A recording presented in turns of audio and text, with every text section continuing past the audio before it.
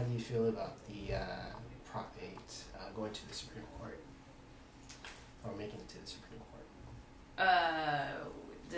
Which time? Because the one that recently got ruled on in May, was that May or June? How do I feel about it? In which way? Okay. I guess I'll just ask that question. How did you what were your feelings when you felt about Prop 8, or how you felt when you heard that Prop 8 passed in California?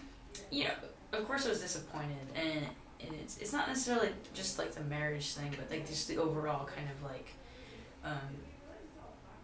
it's kind of like a pulse on like where California's at with the issue, and then also like how easily people are swayed by fear campaigns is kind of scary, just as a general understanding of society. It's unfortunate because there are so many rights that are tied to marriage, and it's unfortunate that so much money has to go towards that campaign that could be used for a lot of other good, and so that's really where a lot of my disappointment lies, in like how much this is costing us as a community to raise that much money. Like, if we have to do this like every 4 years, how much of a toll that takes, not just on the community emotionally losing, but also on that money could be spent on resources. It could be spent on centers that could really help community members develop, instead of just going and fighting and pouring money into media and messages.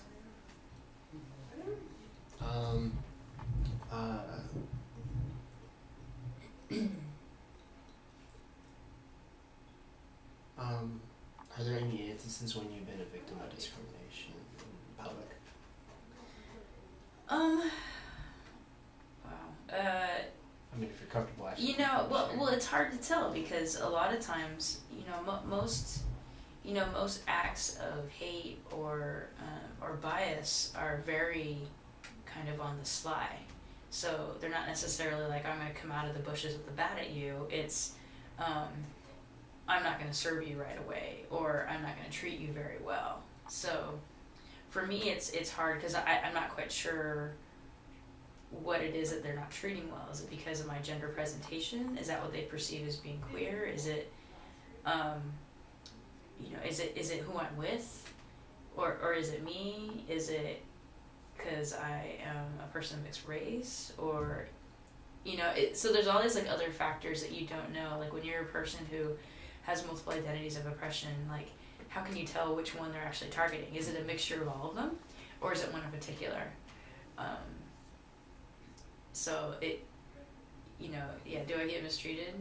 It happens a lot. Do I get stared at on the street? Yeah, it happens a lot. Sometimes it's just because of general curiosity, like, or people just are trying to figure out like what gender I am, or because sometimes once they figure it out, then they just go on their own business. Or some people like look at me with genuine hate. So, and I've just learned to kind of block it out. Like I don't even see it anymore, unless I sense that I'm in danger. So there is that kind of filter. Unless I sense that I'm in danger, then I don't really pay attention. Because if I acknowledge it, then one, it affects me, and then two, it's kind of like letting that person win. Now some people might say like, acknowledge it and like dog them back, but like, sometimes that can cause more problems, and I don't really want a problem when I'm just trying to like, buy groceries at the store. I don't want to fight a battle like every day or like every minute of every day, because that gets very tiring, emotionally draining, and sometimes can be dangerous.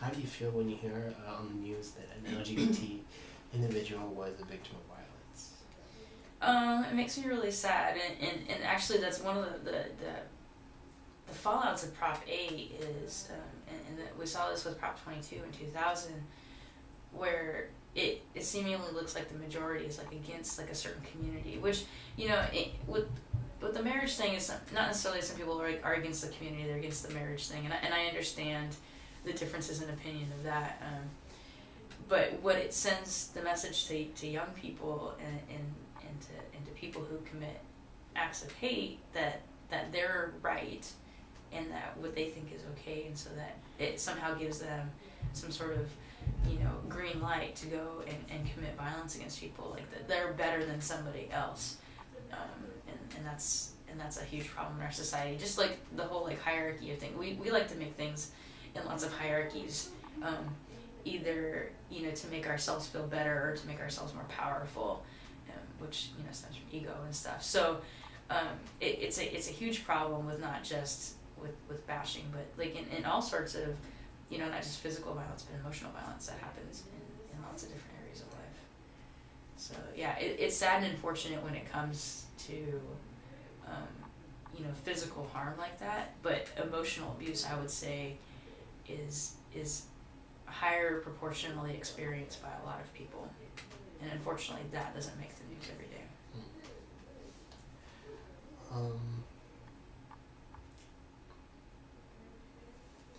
What kind of obstacles did you have to overcome when you were growing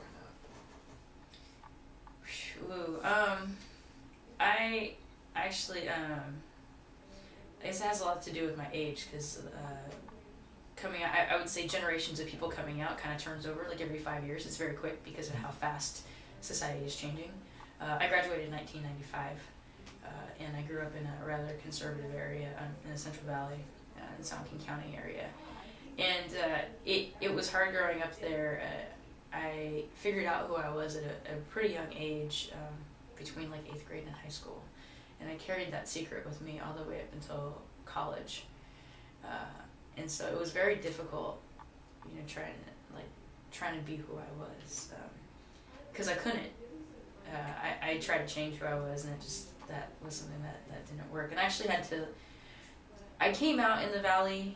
I went to Modesto JC, and I came out, and I was part of that community, and the community at Stanislaus. And I spent 4 years going to college in that area, and then I couldn't take it anymore. So then I left, and I went to Sacramento, to a place that was much more supportive.